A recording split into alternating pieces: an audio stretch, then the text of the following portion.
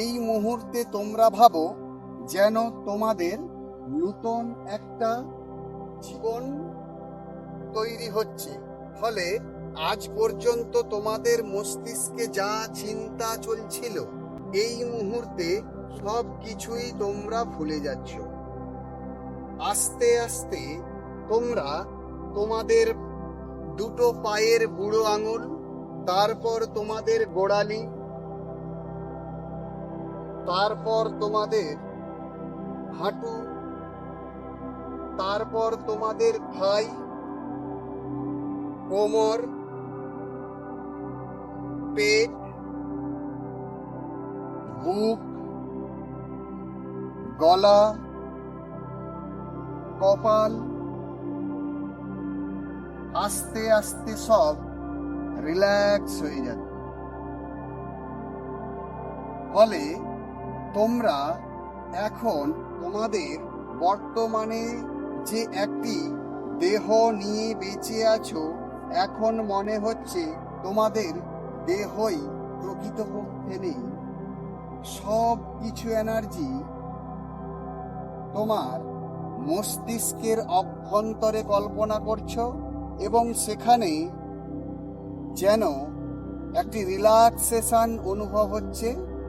আর আস্তে আস্তে তোমরা যেন দেহ থেকে, ইন্দ্রিয় থেকে, মন থেকে, বুদ্ধি থেকে তোমরা হয়ে যাচ্ছ এখন সম্পূর্ণই শান্ত।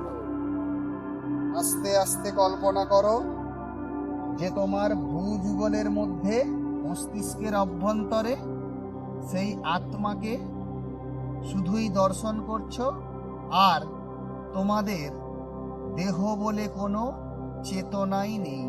যেই দেহ তোমাদের প্রতিনিয়ত চঞ্চল করে, সেই দেহ প্রকৃতপক্ষে নেই। আছে শুধু তোমার মস্তিষ্কের অভ্যন্তরে সেই সুপ্ত এনার্জি। সেই সিক্রেট এনার্জিকে যত তুমি আরো পরিষ্কারভাবে দেখতে পাবে, ততই তুমি তোমার জীবনে উন্নতি লাভ করতে পারবে এই বাস্তব জীবনে।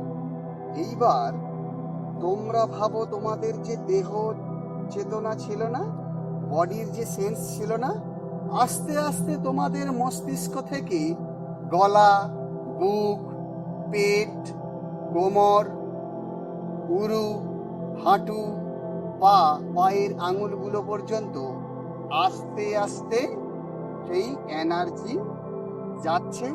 আবার তোমরা সেই শক্তি ফিরে পাচ্ছ তোমাদের দেহে। আস্তে আস্তে তোমাদের দেহের চেতনা আসছে। আস্তে আস্তে ওঠো।